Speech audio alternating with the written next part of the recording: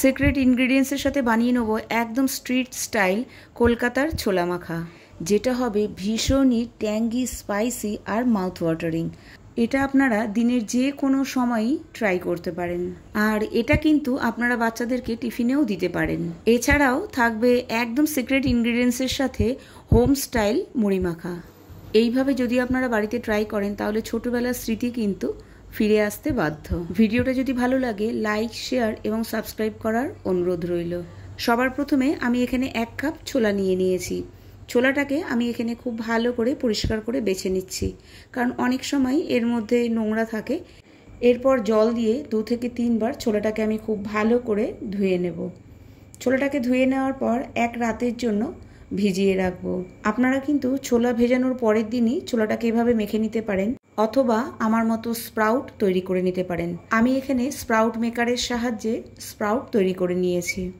দেখতেই পাচ্ছেন 2 দিনের মধ্যে কি সুন্দর স্প্রাউট তৈরি হয়ে গেছে। এটাকে আমি একপাশে রেখে দেব। এরপরে একটা বাটিতে আমি নিয়ে নিয়েছি তেঁতুল। তেঁতুলটাকে গরম জলের সাহায্যে আমি ভিজিয়ে রাখছি। এটাকেও আমি একপাশে সরিয়ে রাখবো। এবার আমি তৈরি করে নেব ছোলা মাখার জন্য মশলা। একটা প্যানে আমি নিয়ে নিয়েছি 3 টেবিল স্পুন গোটা ধনে, 3 টেবিল স্পুন সাদা জিরে, 4 থেকে 5টা শুকনো লঙ্কা, 1 টিস্পুন কালো গোটা গোলমরিচ। এখানে আমি গ্যাসের ফ্লেমটাকে লোতে রেখেছি। লোতে রেখেই মশলাটাকে ভেজে নিতে হবে। এখানে আমি মশলাটা একটু বেশিই তৈরি করেছি। এটা কিন্তু আমি পুরো ব্যবহার করিনি।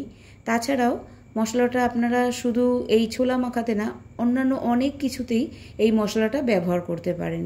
মশলা থেকে সুন্দর গন্ধ বেরোলে এটাকে আমি একটা প্লেটে নামিয়ে রাখছি ঠান্ডা করার জন্য। ততক্ষণে আমি ছোলা মাখার জন্য নিয়ে নিয়েছি একটা মিডিয়াম সাইজের সেদ্ধ আলু। আলুটা আমি আগে থেকেই সেদ্ধ করে রেখেছিলাম, তার খোসাটা ছাড়িয়ে একদম ছোট ছোট করে টুকরো করে নিচ্ছি, ঠিক যেভাবে একদম স্ট্রিট স্টাইলে টুকরো করে। আর নিয়ে নিয়েছি শসা। শসাটাকেও আমি এখানে একদম ছোট ছোট করে টুকরো করে নিচ্ছি। এখানে সব কিছুই আমি মোটামুটি 3 টেবিল স্পুন করে নিয়ে নিয়েছি। আপনারা কিন্তু কিছু কম বা বেশি করতে পারেন আপনাদের পছন্দ মতো। আর নিয়ে নিয়েছি কুচনো পেঁয়াজ, কুচনো টমেটো, কুচনো কাঁচা লঙ্কা আর কুচনো ধনেপাতা। রান্নার এই পার্টটা কিন্তু আমার ভীষণ ভালো লাগে, মানে এই কাটিং চপিংয়ের ব্যাপারটা। ততক্ষণে ভাজা মশলাটাও কিন্তু এখানে ঠান্ডা হয়ে গেছে। এবার আমি ভাজা মশলাটাকে একটা মিক্সার গ্রাইন্ডারের মধ্যে নিয়ে নিচ্ছি। মিক্সার গ্রাইন্ডারে দিয়েই আমি একটা মানে একটু গোটা গোটা থাকবে ঠিক এই রকমই একটা পাউডার বানিয়ে নেব। খুব ফাইন পাউডার আমি এখানে বানাবো না। মশলাগুলো একটু গোটা থাকলে যখন মুখে পড়বে তখন কিন্তু খেতে খুবই ভালো লাগবে। দেখতেই পাচ্ছেন এখানে কিন্তু আমি ফাইন পাউডার বানাইনি, একটু গোটা গোটা রেখেছি। মশলাটাকেও আমি একটু সাইডে রেখে দেবো। আর তেঁতুলটাও বেশ ভিজে গেছে। তেঁতুলের থেকে আমি কাতটা বার করে নেব। তেঁতুলের কাতটাকে আমি একটা নেটের সাহায্যে ছেঁকে নিচ্ছি, কারণ তেঁতুলের একটা স্মুথ পেস্ট আমার কিন্তু দরকার। ওর মধ্যে কোনো কিছু যদি থাকে মুখে পড়ে তাহলে কিন্তু মোটেও খেতে ভালো লাগবে না। দেখতেই পাচ্ছেন তেঁতুলটা কিন্তু একদম স্মুথ দেখতে লাগছে। এর মধ্যে আমি দিয়ে দেবো 1/4 টিস্পুন ব্ল্যাক সল্ট। দিয়ে খুব ভালো করে আমি তেঁতুলের মধ্যে মিশিয়ে নেব। এবার তেঁতুলের কাতটাকে একপাশে সরিয়ে রেখে চলে যাব মেন পার্টে। এবার কিন্তু ছোলাটাকে মেখে নেব। তার জন্য একটা বোলের মধ্যে আমি নিয়ে নিচ্ছি ছোলাগুলোকে। আর নিয়ে নিচ্ছি আলু সেদ্ধ, শসা কুচানো, পেঁয়াজ কুচোনো, টমেটো কুচোনো, আর নিয়ে নিচ্ছি কাঁচা লঙ্কা কুচোনো, ধনেপাতা কুচোনো আর হাফ পাতিলেবুর রস। পাতিলেবুর রসটা কিন্তু স্কিপ করবেন না। 3 টেবিল স্পুন ভাজা মশলা, 2 টেবিল স্পুন তেঁতুলের কাত, 1/4 teaspoon black salt, 1/4 teaspoon regular salt, 1 teaspoon Kashmiri লাল লঙ্কার গুঁড়ো। আর এখানে নিয়ে নিয়েছি সিক্রেট ইনগ্রিডিয়েন্টস। এটাকে আমরা বিলাতি আমড়া বলি। এর টেস্টটা কিন্তু অসাধারণ। আপনাদের হাতের কাছে যদি এটা থাকে অবশ্যই চাটের মধ্যে ইউজ করবেন। এর জন্যই টেস্টটা কিন্তু একদম দুর্দান্ত হয়ে যাবে, মানে একদম ডিফারেন্ট টেস্ট আসবে।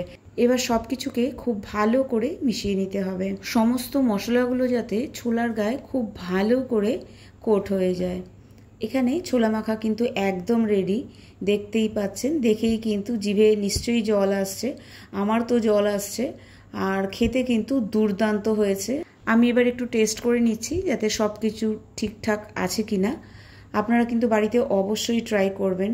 একদম কথা দিচ্ছি, ট্রাই করলে কিন্তু সেই ছোটোবেলাকার দিনগুলো অবশ্যই মনে পড়বে। আমি সার্ভ করে নেব একদম স্ট্রিট স্টাইলে। আমি এখানে পেপার দিয়ে একটা কোন শেপ দিয়ে নিয়েছি, এর মধ্যেই আমি ছোলা মাখাটাকে সার্ভ করব। ওপর থেকে দিয়ে দেবো কিছুটা কুচনো ধনেপাতা, কুচনো পেঁয়াজ আর বিলেতি আমড়া, আর অল্প একটু পরিমাণে তেঁতুলের কাঠ। এখানে কিন্তু আপনারা আপনাদের টেস্ট অনুযায়ী ঝাল আর নুনটা ব্যবহার করবেন। ছোলা মাখা কিন্তু একদম রেডি। আপনারা একবার হলেও বাড়িতে অবশ্যই ট্রাই করবেন। বাচ্চা থেকে বড় সবারই কিন্তু ভীষণই ভালো লাগবে। তবে বাচ্চাদের ক্ষেত্রে ড্রাই রেড চিলিটাকে কিন্তু অ্যাভয়েড করতে পারেন। ভিডিওটা কেমন লাগলো অবশ্যই আমাকে কমেন্ট বক্সে কমেন্ট করে জানাবেন। চলে যাব নেক্সট রেসিপিতে। এখানে আমি নিয়ে নিয়েছি মুড়ি। মুড়ির মধ্যে আমি অ্যাড করে দিলাম 4 to 5 টেবিল স্পুন ছোলা মাখা, 1 টেবিল স্পুন তেঁতুলের কাঠ, 1 টেবিল স্পুন কুচনো আমড়া, 1 টেবিল স্পুন সেও, আর দিয়ে দিলাম শসা কুচনো, টমেটো কুচনো, পেঁয়াজ কুচনো, কাঁচা লঙ্কা কুচনো আর ধনেপাতা কুচনো। সবশেষে অ্যাড করে দিলাম পাতিলেবুর রস, অল্প একটু পরিমাণে নুন আর আমার সিক্রেট ইনগ্রিডিয়েন্টস। এখানে আমি ব্যবহার করে নিয়েছি 1 টেবিল স্পুন আচার। আপনাদের কাছে যে কোনো ধরনের মানে এরকম টকটক ঝাল ঝাল যদি আচার থাকে সেটা কিন্তু আপনারা ব্যবহার করতে পারেন। এই আচার ব্যবহারের জন্য কিন্তু মুড়ির টেস্টটা অসাধারণ হয়ে যাবে। আমি এখানে কোনো রকম তেল ব্যবহার করছি না, কারণ আচারের মধ্যে বেশ অনেকটাই তেল ছিল। সবশেষে আমি মিশিয়ে দিচ্ছি বাদাম। বাদামটা প্রথমে অ্যাড করতে আমি ভুলে গেছি, সেই জন্য এখন অ্যাড করে দিলাম। আবারও সব কিছুকে খুব ভালো করে এখানে আমি মিশিয়ে নিচ্ছি। এই মুড়ি মাখাটা অবশ্যই বাড়িতে ট্রাই করবেন।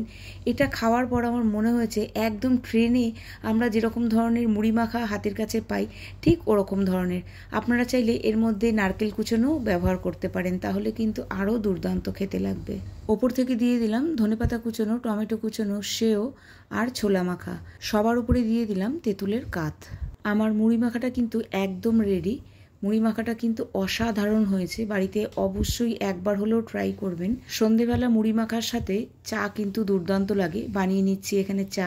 আপনাদের যদি ছোলা মাখার সাথে ছোটবেলার কোনো অভিজ্ঞতা থাকে অবশ্যই আমার সাথে শেয়ার করতে পারেন। আজকের ভিডিও আপনাদের কেমন লাগলো অবশ্যই আমাকে কমেন্ট বক্সে একটা কমেন্ট করে জানাবেন। আজকে তবে এই পর্যন্তই। আবার দেখা হবে আরেকটি নতুন রেসিপির সাথে। ভালো থাকবেন, সুস্থ থাকবেন। টাটা।